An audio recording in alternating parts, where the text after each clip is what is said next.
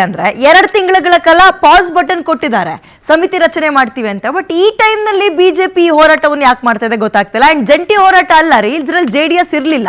ನೋಡೋಣ ಮುಂದಿನ ದಿನಗಳಲ್ಲಾದ್ರೂ ಈ ಪಾದಯಾತ್ರೆ ಮಾಡ್ತಾರಲ್ಲ ಅದ್ರಲ್ಲಿ ಒಟ್ಟಾಗ್ತಾರ ಅಂತ.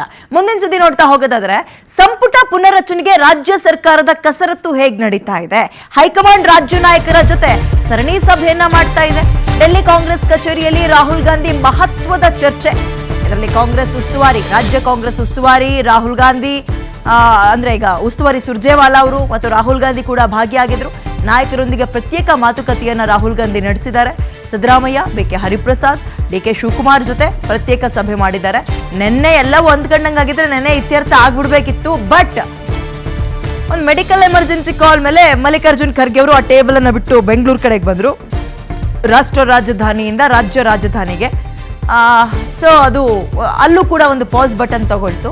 ಈಗ ಇನ್ಯಾವಾಗ ಹಾಗಾದ್ರೆ ಮೀಟಿಂಗ್ಗಳೇನೋ ಆಗ್ತಾ ಇದೆ. ಇದರ ನಡುವೆ ಒಂದು ಲಿಸ್ಟ್ ತಗೊಂಡು ಹೋದಾಗ ಹಳೆ ಲಿಸ್ಟನ್ನೇ ತಂದಿದಿರಲ್ರಿ ಅಂತ ಕೇಳಿದ್ರಂತೆ ರಾಹುಲ್ ಗಾಂಧಿ ಅವರು. ಚೇಂಜಸ್ ಮಾಡ್ಕೊ ಬನ್ನಿ ಅಂತ ಕೇಳಿದ್ರಂತೆ. ಹಾಗಾದ್ರೆ ಇವ್ರು ಯಾರ್ದೆಲ್ಲ ಹೆಸರು ತಗೊಂಡು ಹೋಗಿದ್ರು, ರಾಹುಲ್ ಗಾಂಧಿ ಅಥವಾ ಹೈಕಮಾಂಡ್ನ ನಿರೀಕ್ಷೆ ಏನು, ಇದು ಕುತೂಹಲ. ಮತ್ತು ಯಾವಾಗ, ನೆನ್ನೆಯೂ ನಾವು ಇದನ್ನೇ ಮಾತಾಡ್ತಾ ಇದ್ವಿ. ಈ ತುಂಬ ಕಷ್ಟದ ಕೆಲಸ ಯಾವುದು ಗೊತ್ತಾ? ಹಸುವಲ್ಲ, ಈ ಕಾಯೋದು, ವೆಯ್ಟ್ ಮಾಡೋದು. ಈಗ ಬರುತ್ತೆ, ಆಗ ಬರುತ್ತೆ, ಆಗ ಬರುತ್ತೆ, ಈಗ ಬರುತ್ತೆ ಅಂತ ನಿರೀಕ್ಷೆ ಇಟ್ಕೊಳ್ಳೋದು ಮತ್ತು ವೆಯ್ಟ್ ಮಾಡೋದು. ಇದರಂಥ ಕಷ್ಟದ ಕೆಲಸ ಮತ್ತೊಂದಿಲ್ಲ. ಸೊ ಅದನ್ನ ರಾಜ್ಯ ಕಾಂಗ್ರೆಸ್ನ ಶಾಸಕರು ಪಾಪ ಒಂದೂವರೆ ತಿಂಗಳಿಂದ ಮಾಡ್ತಲೇ ಇದ್ದಾರೆ. ಈಗ ಬರ್ಬೋದು ಫೋನು, ನನಗೆ ಬರುತ್ತಾ ಬರಲ್ವಾ, ನಾನು ಪ್ರಯತ್ನ ಪಟ್ಟಿದ್ದಕ್ಕೆ ಫಲ ಸಿಗುತ್ತಾ ಇಲ್ವಾ, ಇವೆಲ್ಲವೂ ಒಂದು ಕಡೆ ಕಾಯ್ತಾ ಇದ್ರೆ ಮತ್ತೊಂದು ಕಡೆ ಚರ್ಚೆಗಳಿದ್ದಾವೆ. ಸಂಪುಟ ಪುನರ್ರಚನೆ ಮುಹೂರ್ತದಲ್ಲಿ ಗೊಂದಲ ಇದೆ. ಸಂಪುಟ ವಿಸ್ತರಣೆ ಒತ್ತಡದಲ್ಲಿ ರಾಜ್ಯ ಸರ್ಕಾರ ಸಿಲುಕಿಕೊಂಡಿದೆ. ಈಗ ಜುಲೈ 20ರೊಳಗೆ ಸಂಪುಟ ಪುನರ್ರಚನೆ ಪಕ್ಕಾ ಅಂತ ಇದೆ ಒಂದು ಮೂಲ. ಜುಲೈ 20ರೊಳಗೆ ಅಂದ್ರೆ ಇನ್ನೊಂದು 2 ದಿನದಲ್ಲಿ. ಬಟ್ 25ರ ಬಳಿಕ ವಿಸ್ತರಣೆ ಅಂತ ಕಾಂಗ್ರೆಸ್ಸಿನ ಮತ್ತೊಂದು ಗುಂಪು ಹೇಳ್ತಾ ಇದೆ. ರಾಜ್ಯ ಕಾಂಗ್ರೆಸ್ನಲ್ಲೇ ಸಂಪುಟ ವಿಸ್ತರಣೆಯ ಗೊಂದಲ ಬಗೆಹರಿದಿಲ್ಲ. ಕಾಂಗ್ರೆಸ್ ವಲಯದಲ್ಲಿ ಭಿನ್ನ ವಿಭಿನ್ನ ಚರ್ಚೆ ನಿಲುವುಗಳೆಲ್ಲವೂ ಕೂಡ ಆಗ್ತಾ ಇದೆ. ಅಂದ್ರೆ ಯಾವಾಗ ಅನ್ನೋದೇ ಕನ್ಫರ್ಮ್ ಇಲ್ಲ. ಅಂಡ್ ಯಾರ್ಯಾರು ಅನ್ನೋದು ಕೂಡ ಕನ್ಫರ್ಮ್ ಇಲ್ಲ. ಆಲ್ರೆಡಿ ಸಚಿವರಾಗಿದ್ದಂಥವ್ರು ಅಂದ್ರೆ ಈಗ ಮಾಜಿ ಸಚಿವರುಗಳು ನಮಗೆ ಇನ್ನೊಂದ್ಸಲ ಚಾನ್ಸ್ ಸಿಗುತ್ತಾ, ನಾವು ಕ್ಯಾಬಿನೆಟ್ ಒಳಗೆ ಆಗ್ತೀವಾ ಅಥವಾ ಒಳಗೆ ಬರ್ತೀವಾ ಅಂತ ಕಾಯ್ತಾ ಇದ್ದಾರೆ. ಹೊಸೊಬ್ರು ನಮ್ಗೊಂದ್ಸಲ ಅವಕಾಶ ಕೊಡ್ತಾರ ಕಾಯ್ತಾ ಇದ್ದಾರೆ. ಎಲೆಕ್ಷನ್ ಗಮನದಲ್ಲಿ ಇಟ್ಕೊಂಡು ಏನೇನಾಗುತ್ತೆ ಕುತೂಹಲ ಇದೆ. ಹೈಕಮಾಂಡ್ ಕಣ್ಣು ಯಾರ್ಯಾರ ಮೇಲಿದೆ, ಅದೊಂದು ರೀತಿಯ ಒಂದು ರೀತಿ ಸಂಕಟ. ಸಂಪುಟ ಅನ್ನೋದು ನಿಜಕ್ಕೂ ಸಂಕಟ ಆಗಿ ಒಂದು ಪರಿಣಮಿಸಿದೆ ರಾಜ್ಯ ಕಾಂಗ್ರೆಸ್ಗೆ.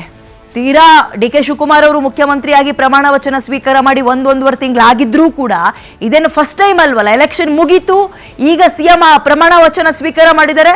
ಸೊ ಸುದೀರ್ಘ ಸಮಯ ಇದೆ ಅಂತ ಅನ್ಕೊಳ್ಳಂಗಿಲ್ಲ. ಉಳ್ಕೊಂಡಿರೋದು ಎಲೆಕ್ಷನ್ಗೆ 1.5 ವರ್ಷ ಮಾತ್ರ. ಸೊ ಇದು ಆದಷ್ಟು ಬೇಗ ಈ ಸಂಕಟವನ್ನ ಬಗೆಹರಿಸುವ ಪ್ರಯತ್ನಕ್ಕೆ ಕೈ ಹಾಕಲೇಬೇಕು. ಅದಿನ್ 2 ದಿನನ ಇನ್ನೊಂದು 20 ದಿನನ ಕಾದು ನೋಡ್ಬೇಕು.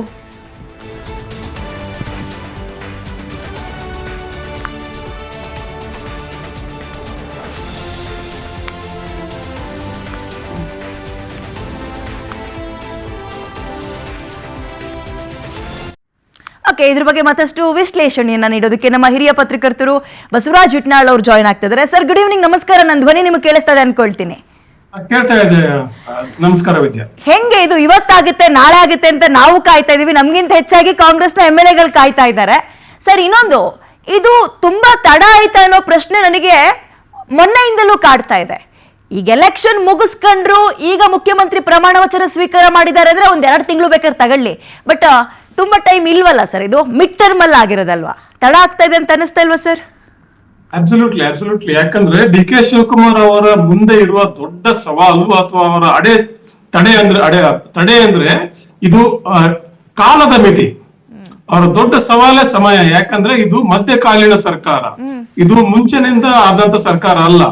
ಈಗ ಮಿಡ್ ಕೋರ್ಸ್ ಅಲ್ಲಿ ಬದಲಾಗಿದೆ ಸರ್ಕಾರ. ಇದು ಹೀಗಿರುವಾಗ ಹೊಸ ಸಂಪುಟ ರಚನೆ ಮಾಡೋದ್ರಲ್ಲಿ ಒಂದೊಂದು ದಿನವೂ ಕೌಂಟ್ ಆಗ್ತದೆ. ಈಗ ಅನೇಕ ಜನರು ಬೇರೆ ಬೇರೆ ಚಾನೆಲ್ ಡಿಬೇಟ್ ಮಾಡುವಾಗ ಕೆಲವರು ಕಾಂಗ್ರೆಸ್ ಹೋಗ್ತಾರೆ, ಹೇಳ್ತಾರೆ ಆಡಳಿತ ಯಂತ್ರ ನಡೀತಾ ಇದೆ ಹಾಗೆ ಅಂತೇಳಿ. ಆಡಳಿತ ಯಂತ್ರ ಸರ್ಕಾರ ಇದ್ರೂ ನಡೀತದೆ, ಸರ್ಕಾರ ಇಲ್ಲದೆ ಹೋದ್ರೂ ನಡೀತದೆ. ಆಡಳಿತ ಯಂತ್ರ ರಾಷ್ಟ್ರಪತಿ ಆಳ್ವಿಕೆಯಲ್ಲೂ ನಡೀತದೆ.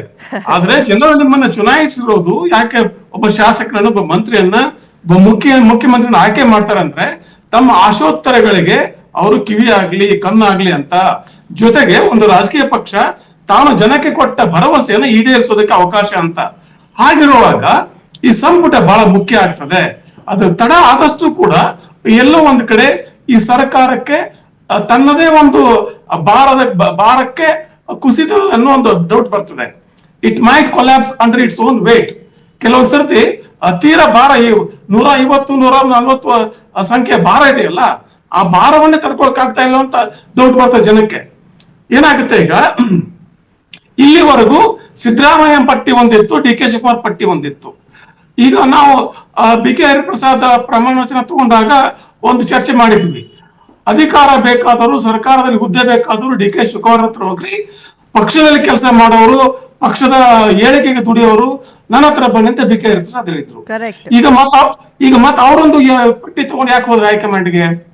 ಈಗ 3 ಪಟ್ಟಿ ಯಾಕೆ ಆಯ್ತು ಹಾಗಾದ್ರೆ?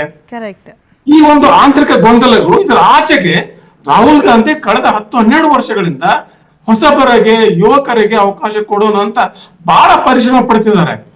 ಆ ಒಂದು ಅವರ ಆಶಯಗಳಿಗೆ, ಅವರ ಒಂದು ಉದ್ದೇಶಗಳಿಗೆ ಅಡ್ಡಗಾಲು ಹಾಕ್ತಾ ಇರೋದೇ ಹಿರಿಯರು.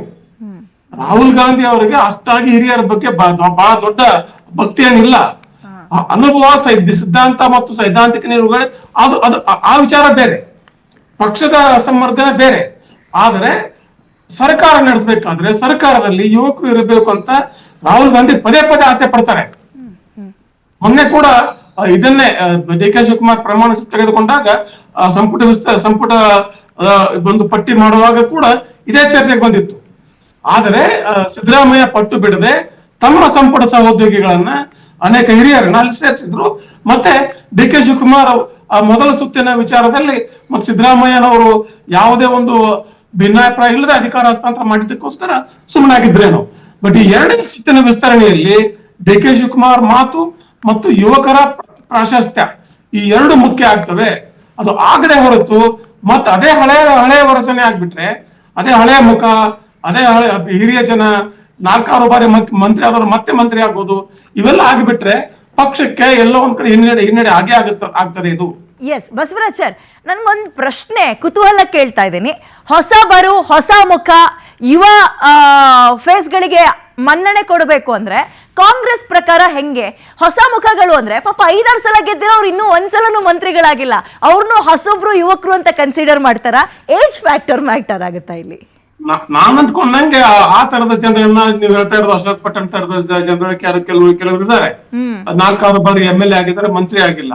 ಅವ್ರು ಹೊಸಬರ ಈ ಲೆಕ್ಕ they are already close to 70 ಆಸ್ಪಾಸಲ್ಲಿ ಇದಾರೆ ಎಲ್ರು ಕೂಡ. ಅವರು ಹೀಗಿರುವಾಗ ಹೊಸಬರು ನಾವು ಇಲ್ಲಿವರೆಗೆ ಗೆದ್ದಿದ್ದೇವೆ, ನಮ್ಗೊಂದು ಮಂತ್ರಿ ಸ್ಥಾನ ಕೊಡಿ, ಮಾಜಿ ಮಂತ್ರಿಗಳು ಅಂತ ನಾವು ಕೂತ್ಕೋತೀವಿ ಅಂದ್ರೆ ಅದು ನಡೆಯೋದಿಲ್ಲ ಈಗ.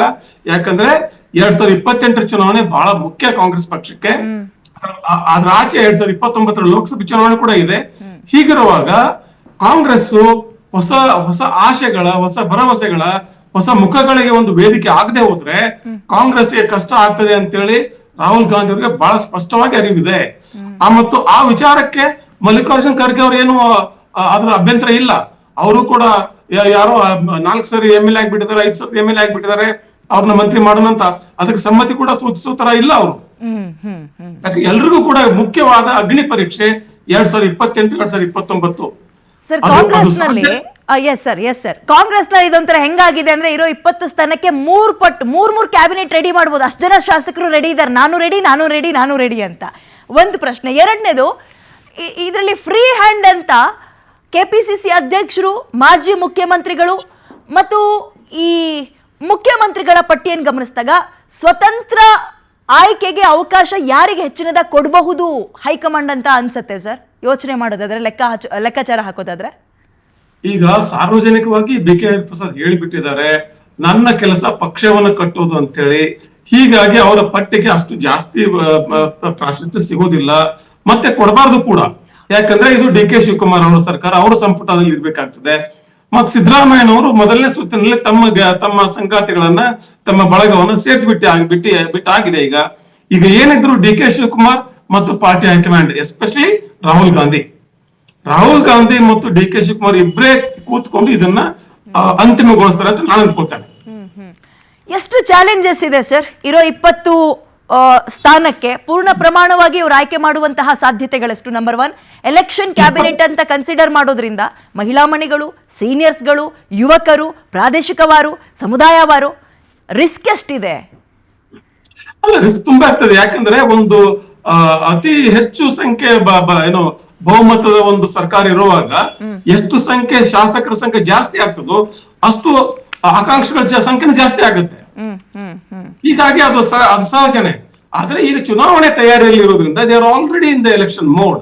ಹೀಗಿರುವಾಗ ಯುವಕರು ಮತ್ತು ಮಹಿಳೆಯರು, ನೀವು ಸರಿಯಾಗಿ ಹೇಳಿದ್ರೆ ಮಹಿಳೆಯರು ಬಹಳ ಮುಖ್ಯ ಪಾತ್ರ ವಹಿಸ್ತಾರೆ. ಮಹಿಳೆಯರು, ಅದರಲ್ಲೂ ಕೂಡ ಯುವಕ ಮಹಿಳೆಯರು, ಯಂಗ್ ವುಮೆನ್, ನಮ್ಮ ನೈನಾ ಮೋಟಮ್ಮ ಇದ್ದಾರೆ, ಹಾಗೆ ಅನೇಕ ನಮ್ಮ ರೂಪಾ ಶಶಿಧರ್ ಅವರು ಇದ್ದಾರೆ. ಈಗ ಅನೇಕ ಜನ ಯಂಗ್ಸ್ಟರ್ಸ್ ಏನಿದಾರಲ್ಲ ಅವ್ರಿಗೆ ಅವಕಾಶ ಕೊಟ್ರೆ, ಯಾಕೆ ಬಹಳ ಮುಖ್ಯವಾಗಿ ಕಾಂಗ್ರೆಸ್ಗೆ ಈಗ ಬೇಕಾಗಿರೋದು ಯುವಕರ ಓಟು, ಯುವಕರ ಒಂದು ಭರವಸೆ. ಅಂತ ಸಂದರ್ಭದಲ್ಲಿ ಅವರು ಈ ರೀತಿಯ ಯುವಕರಿಗೆ ಪ್ರಾಶಸ್ತ್ಯ ಕೊಡ್ಲೇಬೇಕಾಗ್ತದೆ.